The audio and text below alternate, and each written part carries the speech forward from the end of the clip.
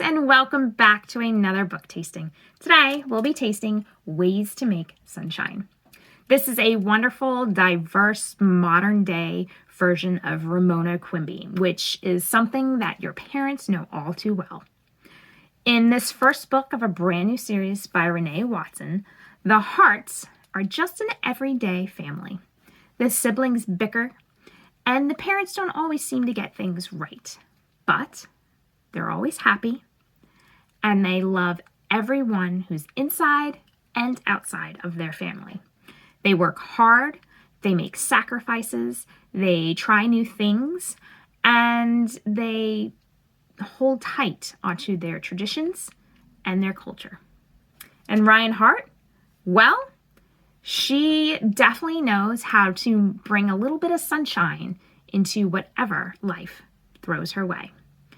She loves being with her friends and family, inventing new recipes, but boy, does she have a lot on her mind, like school and the ever-looming end-of-the-year fourth grade talent show, which she has to participate in, or the Easter speech that she always seems to mess up every year. And then there's her dad and his new job, which means less money, one car, and a new old house. This is such a beautiful and heartwarming and humorous story that I'm sure all of you can relate to. So, without further ado, let's get tasting. We're going to go ahead and start tasting a little bit about Ryan Hart. So I'm just going to introduce you to her. We're going to start in chapter 1. And it's titled, The Girl Who Could Be King. I am a girl with a name that a lot of boys have. So when the substitute teacher takes roll and calls out Ryan, she looks surprised when I answer. I wish Miss Colby were here. Miss Colby doesn't even need to take roll anymore because it is the first day of March, and she's been teaching us for 6 months. So she can tell who is here and who is not just by looking across the room. Miss Colby always starts the day off with our thumbs up, thumbs down, somewhere in the middle check-in.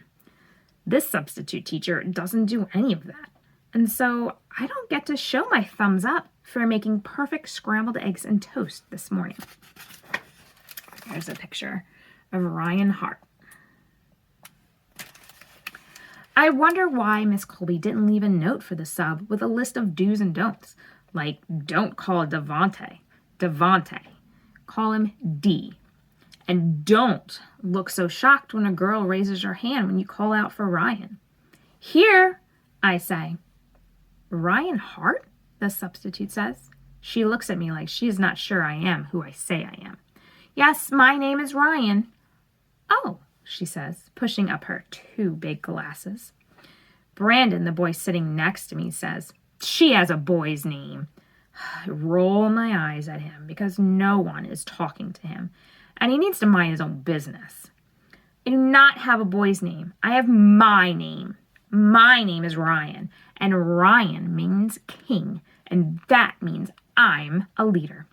Okay, please settle down, the substitute teacher says, mostly to me and not to Brandon, who thinks he knows it all. Okay, Ryan Hart is here, she says to herself. Then Brandon whispers, and she spells her last name wrong, he says. I do not. My name is Ryan Hart, and it's not heart like the muscle. It's H-A-R-T, as in my last name.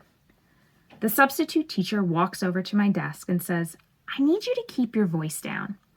I need Brandon to leave me alone. And I roll my eyes at Brandon again. Extra roll this time. But then I remember what Mom always tells me. How she named me Ryan because she wanted me to feel powerful.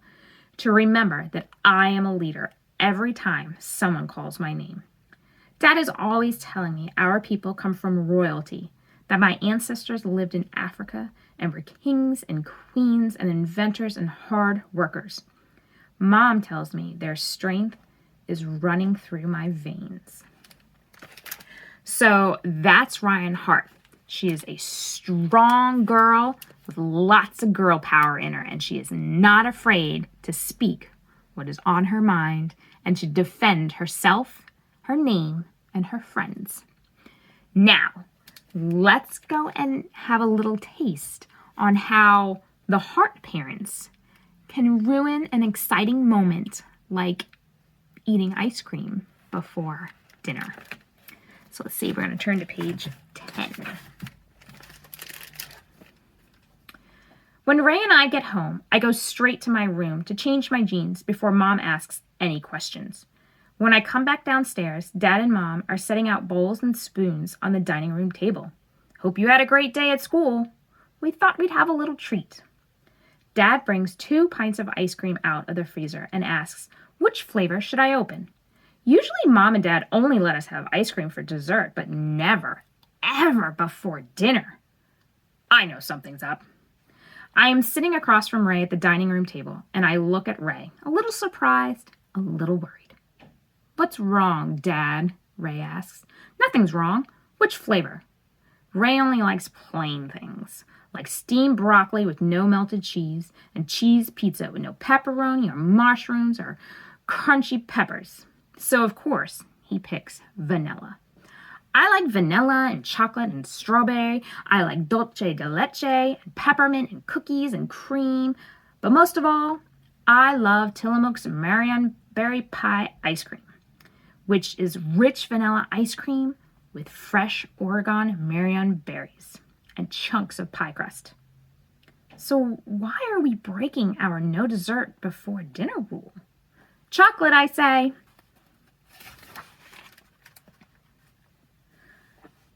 Dad scoops out ice cream for each of us, and then it happens. Mom says, so, we wanted to have a little treat to celebrate some good news.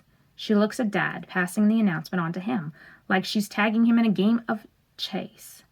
We are going to move to a new house, Dad says. Then Mom adds, we found a nice place that's not too far from home. My bowl of ice cream sits in front of me. I haven't taken one bite. So, as you will find out in this chapter, that Ryan isn't exactly happy about this change of moving to a new house. And that's why she thinks that this wonderful time that it should be of eating ice cream before dinner has been ruined. And finally, let's go ahead and taste a little something of their culture. Something that is very important, that is a very important part of African American culture. Their hair. It is so much a part of them, and it plays an important part in their identity. So let's skip kind of into the middle of the book. Page 55. Let's see. Ryan, come on in here and let me fix you up. Grandma used to be a beautician. She owned a hair salon and made a living making women look pretty. She closed the shop last year, but still does hair for special clients.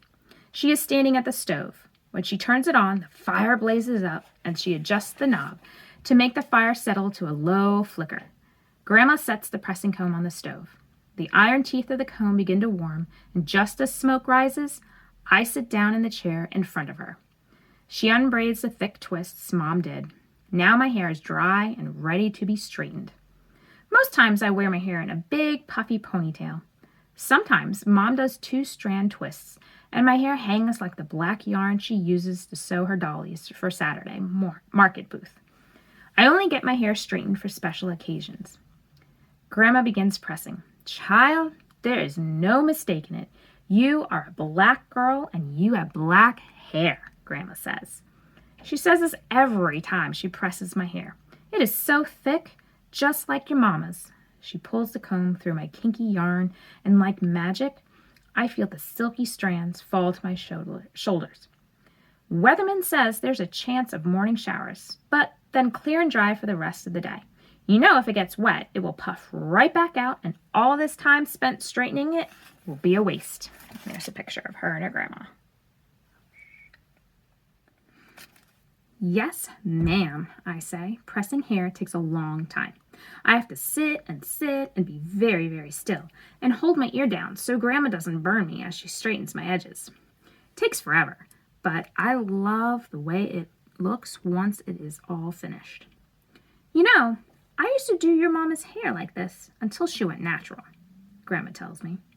She pulls the pressing comb through my hair, then rests it on a towel sitting on the counter. I can feel that one side of my hair is all straight and laying flat, while the other side is still crinkled and all over my head. Ray walks into the kitchen and opens the refrigerator. You look weird with your hair like that, Ray says. He pours cranberry juice into a cup and gulps it down. You look weird no matter how your hair looks, I say. Mom calls out to us from the living room. All right, you two, don't start. She is sitting on the sofa, knitting something to sell at Saturday market. Next week, the market starts back up, so she's been getting ready. Dad is resting before he has to go to work. When Grandma is finished with my hair, we go to the bathroom together. I stand in front of the vanity, and she holds up a mirror behind me so I can see how I look. I love it, I tell her. I look beautiful. Well, Ryan, Grandma says, you are beautiful, no matter if your hair is straight or not. Yeah, but I am more beautiful with my hair like this, I say, and I run my fingers through my hair, feel them slip through every black strand. Instead of fuzzy yarn, it feels like silk. Grandma turns me around to face her. Baby girl, you are beautiful, not just your hair or your clothes, but who you are. Your kindness makes you beautiful, and the way you're always willing to offer help makes you beautiful, Grandma tells me. And how creative you are with your recipes, that's what makes you a beautiful girl. Grandma turns me back to face the mirror. We both look into the glass, staring at my brown skin, my round face, and my long straight hair. How you wear your hair is your choice, and no matter what you choose, it's not going to determine if you're beautiful or not. The only thing that will determine that is how you treat others. If you are mean to people, if you act ugly toward them, that's what takes your beauty away. Grandma kisses me on my forehead and then says, now, let's get you ready for bed. Well, that was a powerful statement that Grandma just made to Ryan, and it is so true. It doesn't matter how you look, what kind of clothes you're wearing, how your hair is done. You are beautiful no matter what, and you should never let anybody tell you any differently, because as long as you know in your heart that you're beautiful and your soul is beautiful, you are beautiful. Well, that is all I have for this week. And I hope that you guys learned a little bit about some ways to make sunshine. All right, well, I will see you very soon in the library, and keep reading. Bye.